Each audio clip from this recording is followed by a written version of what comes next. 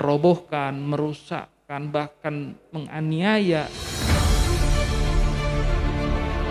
Ini yang menjadi saudara, kita berharap pemerintah membuka satu ruang diskusi dengan kami DPRD dan Asosiasi Pedagang Pasar Lelo. Kalau kita tetap mendukung program pemerintah yang baik dengan visi misi yang maju terus, mandiri, sejahtera dan juga religius, tetapi ada beberapa hal secara substansi dalam regulasi kita juga harus melihat dan mengambil satu kebijakan yang arif, bijaksana dan tanpa adanya unsur paksaan. Assalamualaikum warahmatullahi wabarakatuh. Alhamdulillahirabbil alamin. Allahumma salli ala sayyidina Muhammad wa ala ali sayyidina Muhammad. Amma ba'd. Seluruh anak muda punya keinginan untuk sukses di usia muda, karena mereka merasa kesuksesan di usia muda akan mengantarkan mereka pada kesenangan-kesenangan yang bisa mereka dapatkan. Tapi sayangnya tidak semua kesuksesan bisa diraih di masa muda. Bahkan banyak anak muda yang meniti karir di usia muda tapi pada akhirnya tidak meraih kesuksesan. Tapi sosok yang satu ini seolah-olah telah mendapatkan semuanya. Punya wajah ganteng, punya ekonomi mapan, punya karir yang cemerlang, tapi beliau meraih kesuksesan yang luar biasa. Dan alhamdulillah beliau mau berkenan hadir bersama kita malam hari ini. Beliau adalah Ketua DPRD Kabupaten Serdang Bedagai, Bapak Dr. Rizky Ramadan Hasibuan. Assalamualaikum Pak Dokter. Waalaikumsalam warahmatullahi wabarakatuh, Ustaz. Pak Dokter, punya wajah ganteng, ekonomi mapan, karir cemerlang. Semua orang kepingin seperti Pak Dokter. Kira-kira apa hal yang kurang dari seorang Rizky Ramadan Hasibuan, Pak Dokter? Iya Ustaz, kalau ya yang disampaikan Ustaz itu saya tetap bersyukur Ustaz. Apa yang diberikan Allah Subhanahu wa taala kepada saya tetap mensyukurinya. Walaupun terlepas yang disampaikan Ustaz, saya masih banyak kekurangan-kekurangan. Tapi pastinya saya tetap berpikir positif.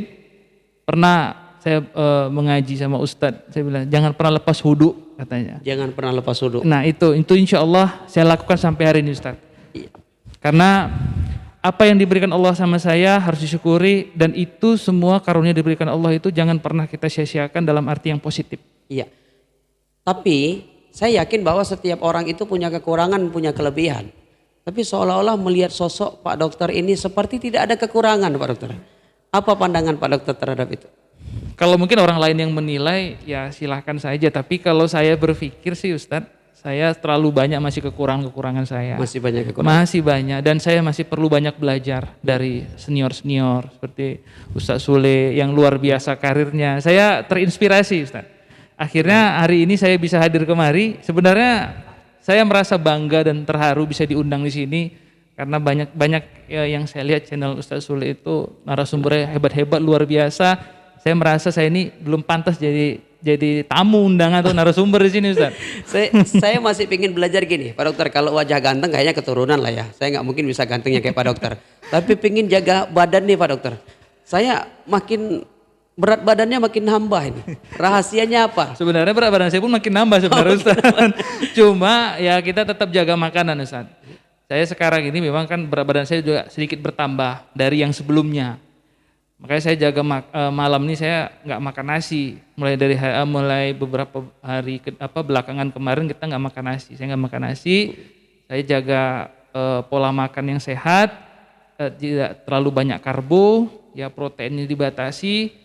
Dan sayur itu diperbanyak. Itu sih pola diet yang saya harus lakukan. Itu kelemahan saya semua itu Pak Dokter. Itu ya Ustaz ya? Saya hobinya makan ya. Ada nggak kira-kira yang hobi makan tapi badan tetap kurus gitu? Kalau itu olahraga satu lagi Ustaz. Olahraga. Nah yang pasti olahraga. Cuma terkadang olahraga saya kan dengan kondisi hari ini dengan banyak kegiatan. Biasanya saya rutinitas olahraga 1 minggu itu 3-4 kali. Sekarang ini bisa hanya sekali. Nah inilah yang mungkin saya atur waktu bisa menjaga pola makan dan olahraga yang baik, karena situasi kegiatan kita terlalu banyak duduk di kantor, ruangan ber-AC. Nah ini juga menjadi satu faktor penyakit yang nanti di usia saya yang di atas 40-50 itu akan terasa nanti Ustadz di situ. Bagi kawan-kawan mungkin siapa sih yang nggak kenal seorang Rizky Ramadan Hasibuan, tapi kita sedikit tanya-tanya tentang profesi karena banyak banget ini. Ya beliau punya radio, ya, beliau punya sekolah, beliau punya usaha yang lain. Pertama saya tanya dulu Pak Dokter, RIS FM. Ya, RIS FM. Ya, RIS FM itu adanya sejak kapan dan apa motivasi mendirikan RIS FM? Jadi sebelum saya mendirikan RIS itu singkatan Radio Indah Suara Ustadz. Dengan frekuensi dulunya 103,2 FM, sekarang berpindah frekuensi 96,5 FM. Dulu sebelum saya niat untuk mendirikan satu siaran radio, saya dulu menjadi anak band Ustadz. Oh dulu anak band? Iya, jadi dulu saya keliling di Jakarta dengan nama Medical Band dulu. Mungkin di YouTube bisa mungkin bukan artis sih sebenarnya, tapi kita merambat dari dunia musik. Saya berkeliling di beberapa radio di Jawa, di Jakarta. Nah, saya terinspirasi setelah itu kalau kita ngeband aja kita harus buka usaha sampingan. Nah, saya ingin juga buat satu radio. Jadi saya pilih di Sedang Bedagi untuk membuka radio. Nah, itu pun saya membuka usaha radio itu hambatan rintangannya cukup luar biasa Ustadz. Luar biasa. Luar biasa. Bahkan kami dengan kawan-kawan kru sempat ditolak, ada beberapa kegiatan. Oh sempat ditolak? Sempat ditolak. Bahkan sedikit cerita, saya pernah makan di salah satu rumah makan di Sedang Bedagi ini, saya dibilang, ini saya kan pakai celana pendek nih, pakai kaos.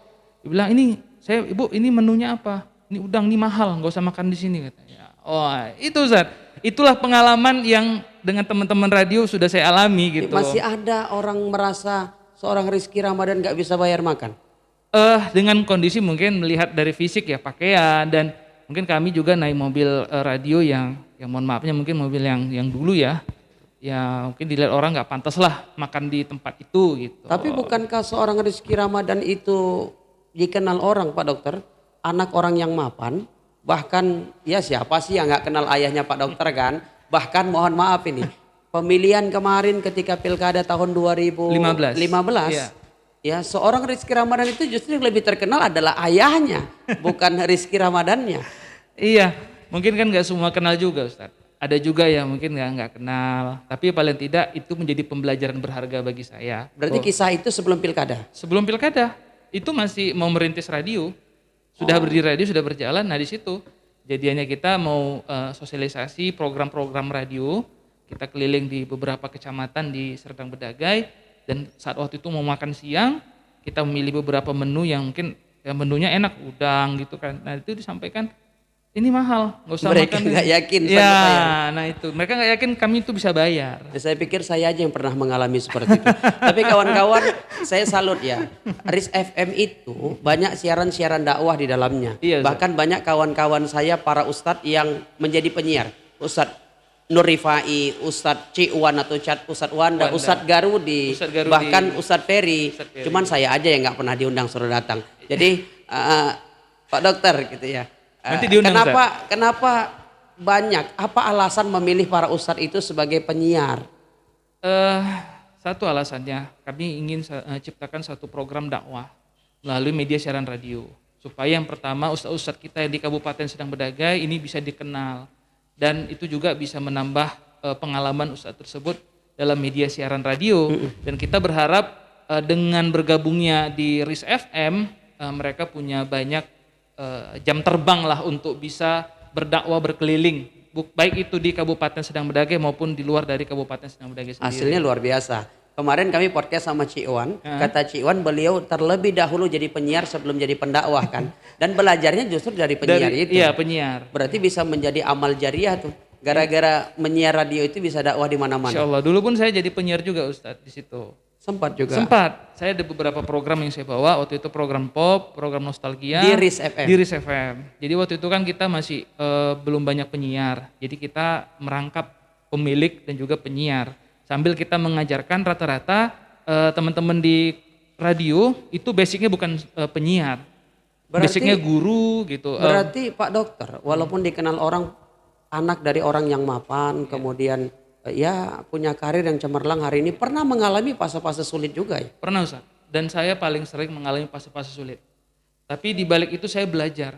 Saya mungkin orangnya seperti ini ya, saya orangnya pengennya punya tantangan, diusir, terus pernah program kami ditolak untuk menawarkan program ke beberapa perusahaan untuk kita event-event di luar. Nah itu kita belajar, oh seperti ini memang kita menjadi orang sukses. Ada prosesnya. Iya, dan bukan membawa embel-embel nama orang tua.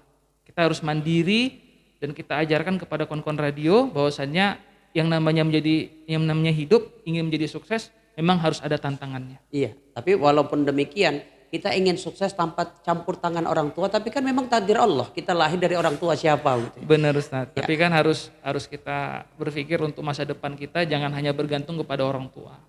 Gitu. Radio punya, sekolah pun punya. Alhamdulillah. Umi Ayuni, Ayuni. sekolah yang saat ini sedang digandrungi lah, salah satu sekolah yang sangat banyak siswanya di Kecamatan Perbaungan. Alhamdulillah. Umi Ayuni itu nama apa? Inspirasinya dari mana? Umi itu ibu, Ayuni itu adik saya yang nomor 3 Ustaz. Ayuni. Jadi kita gabung Umi Ayuni. Jadi memang itu nama dari adik saya yang nomor 3. Terus radio Indah, Suara Indah itu juga nama adik saya yang nomor 2. Jadi memang Berarti sekeluarga berapa orang Pak? kami bertiga Ustaz. Saya laki-laki paling besar, adik saya nomor 2 perempuan, yang 3 perempuan. Oh itu Indah yang satu, satunya Ayu, Tri Ayuni. Tri Ayuni Ayuni. Hasibuan tapi sering dipanggil Ayu. Terinspirasi dari itu. Iya, dari situ. Jadi sukses di dunia pendidikan, Ya. sukses di radio. Iya. Apa yang menjadi alasan masuk ke dunia politik? Ini panjang cerita ini Ustaz. Tapi yang pasti saya tertarik di dunia politik ini karena melihat yang namanya kita menjadi pengusaha terkadang selalu dipersulit kita mendirikan sesuatu usaha. Alasannya alasan klasik, ya kan. Jadi pemerintah selalu mempersulit. Waktu itu yang saya rasakan dan ini pengalaman saya, kita mau mendirikan rumah sakit sebenarnya Ustaz. Waktu sebelum ada Umi Ayuni ini, kita sudah mau mendirikan rumah sakit tapi tidak dikeluarkan izinnya oleh pemerintah daerah. Nah saat itulah di 2015, waktu itu ada pemilihan pilkada, saya ditawarkan oleh waktu itu pasangan saya, dan saya coba bukan ingin apa, saya ingin tahu sebenarnya di pemerintah ini seperti apa, apakah memang mempersulit para pengusaha untuk bisa berinvestasi di Kabupaten Serdang Bedagai, apalagi rumah sakit itu kan investasi kesehatan. Banyak program yang akan saya buat kalau rumah sakit itu berdiri. Contohnya kita membuat program desa binaan kesehatan, langsung kita buat kepada lansia dan program-program sosial lainnya. Karena itu tidak diizinkan, tidak keluar izinnya, akhirnya saya jadikan itu waktu pilkada pun saya belum rezeki. Setelah itu saya jadikan itu sekolah. Main di pilkada 2015. 15. Kalau kawan-kawan ingat tuh, saya masih ingat tuh. Beliau berpasangan dengan Pak Saryanto. Pak Saryanto. Dan finish di urutan kedua. Tidak berhasil terpilih menjadi bupati dan wakil bupati Kabupaten Serdang Bedagai. Tapi hal itu tidak membuat trauma atau kapok kembali masuk di pemilihan legislatif di tahun 2019. Dan dengan sampan Gerindra. Memang kader Gerindra atau memang pada saat itu melihat peluang paling besar tuh di Gerindra? 2015 saya maju Ustadz dari jalur independen. Iya. Tanpa menggunakan partai. Nah waktu itu saya melihat Gerindra itu punya potensi. Dan saya memang senang dengan Pak Prabowo. Dan waktu itu saya langsung diajak oleh Pak Gus Irawan Pasaribu, yang sekarang beliau Ketua DPD Gerindra Sumatera Utara. Beliau itu orang yang berjasa bagi saya dan keluarga. Artinya beliau mengajak saya untuk bergabung di Partai Gerindra, bahkan saya menjadi bagian Partai Gerindra untuk struktur kepengurusan di Provinsi Sumatera Utara. Akhirnya maju menjadi anggota DPRD, terpilih dari Dapil 3, dan menang saat ini menjadi Ketua DPRD Kabupaten Serdang Bedagai. Alhamdulillah. Enggak terlalu mudah Pak Dokter, dan enggak pusing ngatur 44 kawan lainnya di DPRD. Awalnya pusing Ustaz. Jadi waktu saya terpilih, saya kan hanya berdoa sama Allah, ya Allah, kalau memang saya diberikan amanah, tidak muluk-muluk, sebenarnya saya bisa jadi anggota DPR, saya sudah syukurin menjadi wakil rakyat. Tetapi memang partai mengamanahkan, saya sampaikan kepada Pak Gus, Pak, saya mungkin belum cocok menjadi ketua DPRD. Karena saya berpikir saya masih orang baru, saya masih muda, dan saya belum tahu apa-apa tentang politik. Tapi beliau mengatakan kepada saya, kalau kamu mau menjadi orang sukses, kamu harus bisa dari sekarang untuk menjadi pemimpin, walaupun itu pemimpin di legislatif. Akhirnya saya bismillahkan, saya menjadi ketua DPRD, dan di awal saya kira itu yang namanya, saya bayangannya ketua DPRD itu seperti di perusahaan Ustaz, ya kan? Bisalah kalau apa yang ketua sampaikan semua nurut nih. Rupanya enggak Ustaz. Rupanya enggak. Nah artinya Ya karena mungkin di bawah-bawah itu juga Pak Dokter senior-senior kita. iya senior. Nah itu saya terus belajar. Sampai hari ini saya terus belajar. Artinya mengenal dunia politik. Terus juga bagaimana tugas dan fungsi lembaga DPRD. Nah kita belajar. Nah artinya sampai hari ini pun alhamdulillah saya sudah memahami sedikit demi sedikit. Menjadi seorang pemimpin itu tidak seperti membalikkan telapak tangan. Semua butuh proses, butuh pengorbanan, butuh perjuangan. Tapi dengan kawan-kawan 45 orang anggota DPRD memahami karakter satu demi satu, ya alhamdulillah hari ini kita tetap menjaga kekompakan itu. Tapi banyak orang yang bertanya gini Pak Dokter. Ketua DPRD hari ini, Dr. Rizky Ramadan itu berbeda dengan DPR yang lain, ketua DPR yang sebelumnya. Hari ini lebih sering turun ke lapangan, meninjau tempat-tempat tertentu. Itu kan hal yang biasa dilakukan oleh kepala-kepala daerah, calon kepala daerah gitu, apakah bupati, gubernur segala macam. Apakah mungkin ada hubungannya 2024? Enggak. Jadi gini Ustaz, yang namanya DPR ini wakil rakyat, berhak untuk turun menyapa masyarakat, menyapa di dapil. Dan saya akan diberikan amanah sebagai ketua DPRD. Ya mau nggak mau, suka nggak suka, apabila ada masyarakat yang membutuhkan, ya saya turun dan mendengarkan aspirasi. Karena DPRD bukan pengambil satu kebijakan. Kita hanya menjalankan pengawasan, e-budgeting, dan legislasi. Dan case yang di lapangan itu tetap kita bersinergi dan berkoordinasi dengan pemerintah daerah melalui dinas terkait. Nah terkadang persepsi masyarakat mungkin berbeda, atau pengamat politik khususnya di Kabupaten Sedang Bedagai. Seolah-olah Dr. Rizky turun itu untuk pencitraan maju ke 2024. Saya sampai hari ini belum ada berpikir untuk 2024. Hari ini saya syukuri diberikan Allah bisa menjadi ketua DPRD, suatu kebanggaan bagi saya dan keluarga dan juga bagi masyarakat Sedang Bedagai. Kalau dibanding dengan ketua-ketua DPR sebelumnya sebenarnya hampir sama, mungkin polanya saja yang berbeda. Kalau saya memang sebelum jadi DPR juga sering turun Ustadz ke masyarakat, sering berbagi, ya sedikit ada rezeki kita berbagi dari usaha, karena usaha hasil dari usaha itu kita juga sisihkan rezekinya untuk anak yatim, piatu. Saya dengar kabar tuh safari Ramadan keliling. Iya, nah itu sebenarnya dari tahun 2012 itu sudah. Oh sebelum masuk pilkada? Sudah jalan sebenarnya sampai hari ini. Tapi kan orang menyorot di hari ini. Mungkin kan kalau dulu belum sering masuk ke Facebook, media sosial. Kalau sekarang kan memang dikatakan media sosial adalah kebutuhan. Bukan kita ria untuk memberikan sesuatu, tidak. Tapi kita hanya ingin orang yang melihat media sosial kita itu, apalagi ada orang-orang yang mampu, ya kalau bisa ikut dong seperti kita, bantu masyarakat di luar sana. Karena begini, kita yakin berbuat apapun, kalau orang tidak senang melihat kita berbuat baik pun akan salah. Benar, tapi saya sering bilang begitu juga. Kemarin saya bilang sama Sutejo Siliwangi, beliau dengan sedekah sedikit tapi berarti saya bilang begini, Umar bin Khattab itu juga ketika mau sedekah, dia kumpulkan orang-orang di kota Madinah. Supaya apa? Melihat bahwasanya kalau seorang Umar itu bisa melakukan sedekah, kenapa yang lain tidak bisa? Dan itu juga yang diharapkan seorang Dr. Rizky Ramadan. Kalau seorang Rizky Ramadan Hasibuan mampu melakukannya, kenapa orang-orang yang lain tidak bisa melakukannya? Gitu Pak Dokter. Artinya kita ingin menunjukkan bahwasannya banyak orang-orang kaya, orang-orang yang mampu, ya juga harus bisa menyisihkan rezekinya untuk membantu orang-orang di luar. Contohnya masih banyak anak-anak yatim kita, anak yatim piatu, orang-orang jompo yang terlantar. Nah terkadang ada beberapa panti jompo yang ada Sedang Bedagai juga banyak sekali yang terkadang tidak disupport, tidak didukung. Nah ini juga kalau bisa teruslah kita bantu. Membantu seorang itu kan bukan harus niatnya, kan niat kita kan karena Allah, tidak ada yang lain. Tapi terlepas orang yang menilai kita seperti apa, ya itu saya serahkan kepada orang yang menilai. Kalau saya pribadi lillahi ta'ala dan istri dan keluarga, saya demi Allah itu semuanya memang murni dari dulu saya lakukan itu. Tapi seorang Rizky Ramadan beberapa hari menjadi pemimpin di Kabupaten Sedang Bedagai.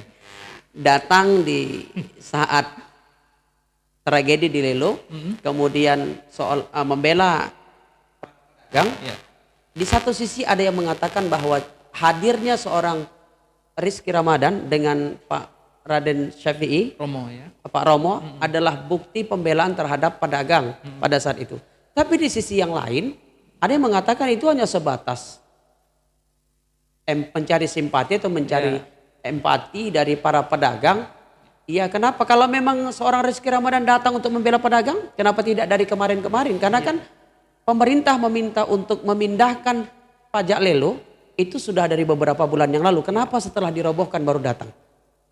Sebenarnya Ustadz, saya sudah pernah turun juga waktu itu dengan kawan-kawan Komisi B, dan kita memediasi juga ke para pedagang bahwasannya kami dari DPRD akan siap memfasilitasi kita untuk duduk bersama dengan pemerintah daerah. Saya katakan di awal tadi Ustadz, bahwasannya kami ini bukan pengambil kebijakan. Kami hanya mendengarkan aspirasi dan menyuarakannya kepada pemerintah daerah. Niat pemerintah daerah untuk merelokasi pasar sebenarnya tetap kami dukung untuk hal-hal yang baik. Tetapi kita melihat ini dari sisi kemanusiaan. Pasca tragedi kemarin itu oknum yang memang ada yang kita mungkin viral ya Ustadz ya. Sampai merobohkan, merusakkan, bahkan menganiaya. Ini yang menjadi terketuk hati untuk bisa langsung turun, dan saat itu juga Romo melihat itu. Dan makanya Romo menghubungi saya, Ketua, kita harus turun, kita harus lihat situasi dan kondisi pedagang. Dan demi Allah tidak ada niat kita untuk pencitraan. Malah saya takut sebenarnya untuk turun. Kenapa? Karena saya takut nanti dipelintir dengan kepentingan-kepentingan politik. Padahal memang kita tulus, itulah tugas kami DPRD. Dan kami berharap pemerintah daerah bisa membuka ruang diskusi untuk bisa menyelesaikan masalah. Kalaupun mau direlokasi, relokasi yang seperti apa yang disiapkan oleh pemerintah? Apakah itu di lahannya pemerintah atau lahan pribadi?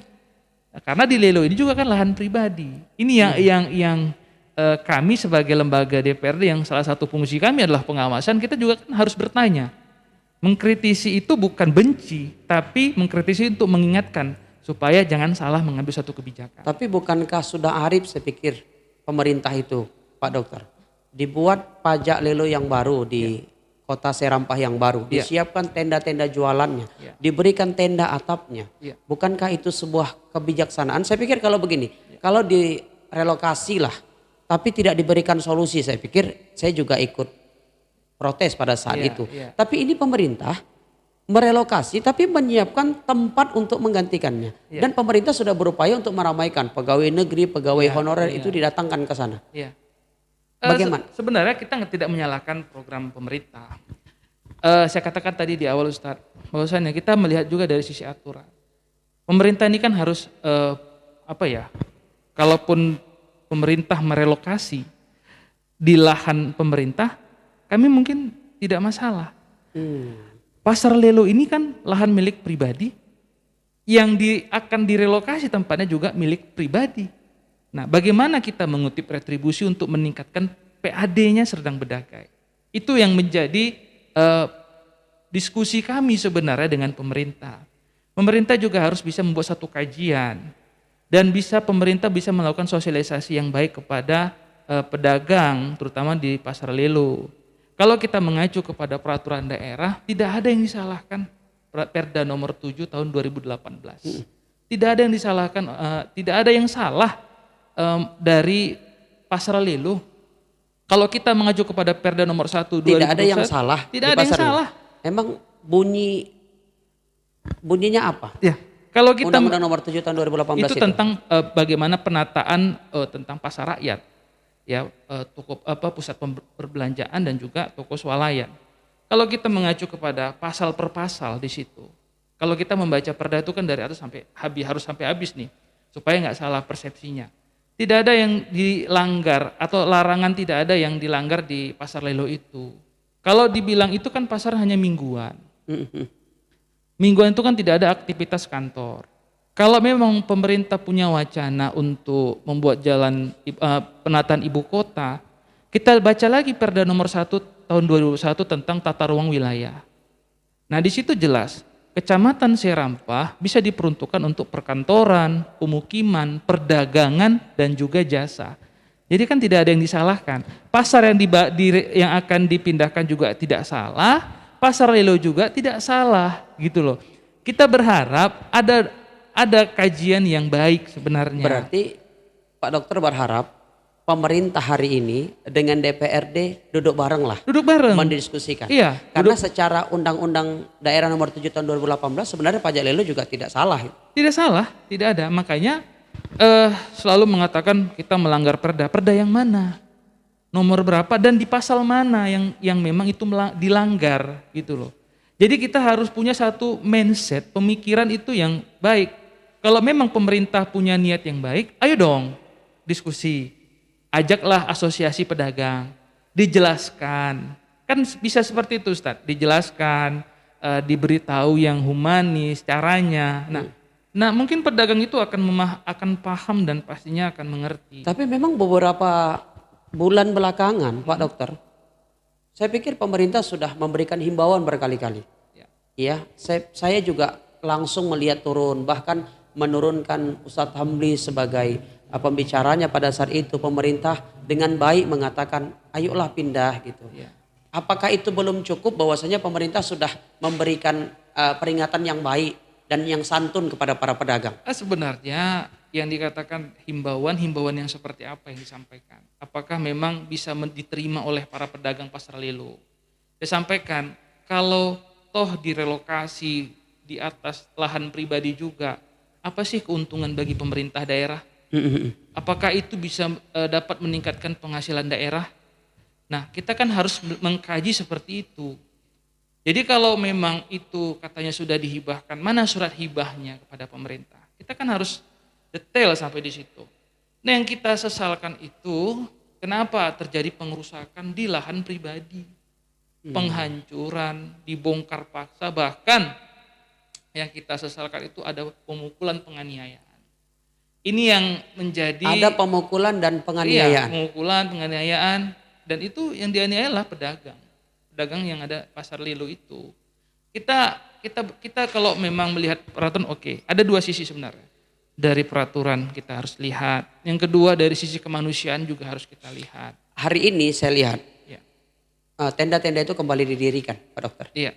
Dan konon kabarnya Pak Dokter salah satu yang memberikan talangan dana untuk membangun itu. Tapi padahal ketua DPC dari partainya Pak Dokter sendiri mendukung relokasi itu. Iya. Tapi Pak Dokter ini memang inisiatif pribadi. Apakah tidak komunikasi dengan partai dulu lah? Sebenarnya waktu pertama kali kita juga sudah berkoordinasi dengan Partai Gerindra. Kita sampaikan, kalau memang kita bicara perda, ayo kita buka perda. Perda mana, di pasal mana dalam perda itu yang dilanggar oleh pasar lelo. Udah kita sampaikan Ustaz. Tapi juga sebelum waktu saya turun dengan kawan-kawan anggota Komisi B. Sebelum dirobohkan? Sebelum dirobohkan. Sudah diskusi dengan pemerintah? Dengan partai. Oh, dengan partai. Dengan partai. Dan waktu itu ketua DPC juga membuat statement bahwasannya saya turun itu bukan atas nama partai, tapi kan pasti saya melekat. Yang nama Dr. Rizky pasti melekat dengan partai. Iya. Nah, itu saya sampaikan, kita buka, kita lihat perdanya. Ayo kita buka perda, tapi juga tetap tidak ada titik terang dalam diskusi. Kenapa tidak menyampaikan langsung ke pemerintah? Sudah kita sampaikan melalui Komisi B, RDP, kita undang asosiasi pedagang pasar lelo, kita juga undang dinas terkait untuk bisa membahas itu. Tapi juga tidak ada titik terang. Nah, artinya tenda-tenda yang didirikan kembali itu sebenarnya tidak ada saya berikan bantuan dana, tetapi memang inisiatif dari adik-adik organisasi yang ada di Kabupaten Serdang Bedagai karena rasa kemanusiaan mereka memberikan aksi nyata untuk bisa membantu dengan cara mendirikan kembali. Berarti dengan penjelasan ini, hadirnya seorang Rizky Ramadan ke Pasar Lelo bukan pencitraan, tapi bentuk kepedulian dan empati, kemanusiaan kepada para pedagang. Ya, jadi Rizky Ramadan hadir di sana di tengah-tengah para pedagang karena ingin membela mereka. Jadi artinya sebagai ketua DPRD kita butuh duduk bareng dengan pemerintah untuk menyelesaikan ini. Karena kita kepingin begini. Saya pikir pemerintah juga punya alasan untuk melakukannya dan Pak Rizky juga punya alasan untuk melakukan hal itu dan pedagang juga punya hak. Karena itu pasar di tanah pribadi bukan di tanah pemerintah. Jadi saya pikir butuhlah duduk bareng dengan pemerintah dan apa harapan Pak Rizky, Pak Dokter, apa harapan dengan pemerintah? Sampaikan kepada pemerintah melalui podcast ini, pemerintah Kabupaten Serdang Bedagai, apa harapan Pak Rizky untuk menyelesaikan pasar Lelo itu? Sebenarnya kita berharap pemerintah membuka satu ruang diskusi dengan kami DPRD dan Asosiasi Pedagang Pasar Lelo. Kalau kita tetap mendukung program pemerintah yang baik dengan visi misi yang maju terus, mandiri, sejahtera dan juga religius, tetapi ada beberapa hal secara substansi dalam regulasi kita juga harus melihat dan mengambil satu kebijakan yang arif bijaksana dan tanpa adanya unsur paksaan. Itu yang kita harapkan. Dan kami DPRD selalu memberikan hal-hal yang positif dalam hal pemikiran, ide. Kalaupun memang itu salah, kita cari solusi yang lain. Tapi kita berharap pemerintah di sini bisa arif dan bijaksana untuk duduk bersama dengan asosiasi dan juga pemilik lahan dan juga DPRD supaya niat pemerintah yang baik itu tetap akan bisa kita dukung dengan cara yang baik. Baik, terima kasih Dr. Rizky. Ya. Jadi kawan-kawan dimanapun berada, terutama para kawan-kawan yang mengikuti perkembangan pasar Lelo, Dr. Rizky hadir adalah untuk menunjukkan sisi kemanusiaan kepada para pedagang yang seolah-olah hari ini sedang terganggu kenyamanannya sedang berdagang. Dan kita yakin pemerintah juga punya alasan yang baik kenapa melakukannya. Karena dalam beberapa bulan terakhir sudah memberikan himbauan dan peringatan. Jadi kita berharap, saya berharap dan Dr. Rizky sendiri berharap pemerintah mau duduk bareng dengan DPRD untuk menyelesaikan permasalahan pasar Lelo dengan sebaik-baiknya. Karena kita berharap kabupaten ini terkenal bukan karena riuhnya, bukan karena masalahnya. Tapi kita berharap kabupaten ini terkenal karena segudang prestasinya. Amin. Terima kasih kepada Dr. Rizky. Senang bertemu dengan Dr. Rizky. Insyaallah bisa bertemu kembali. Insyaallah. Ya. Assalamualaikum warahmatullahi wabarakatuh. Waalaikumsalam.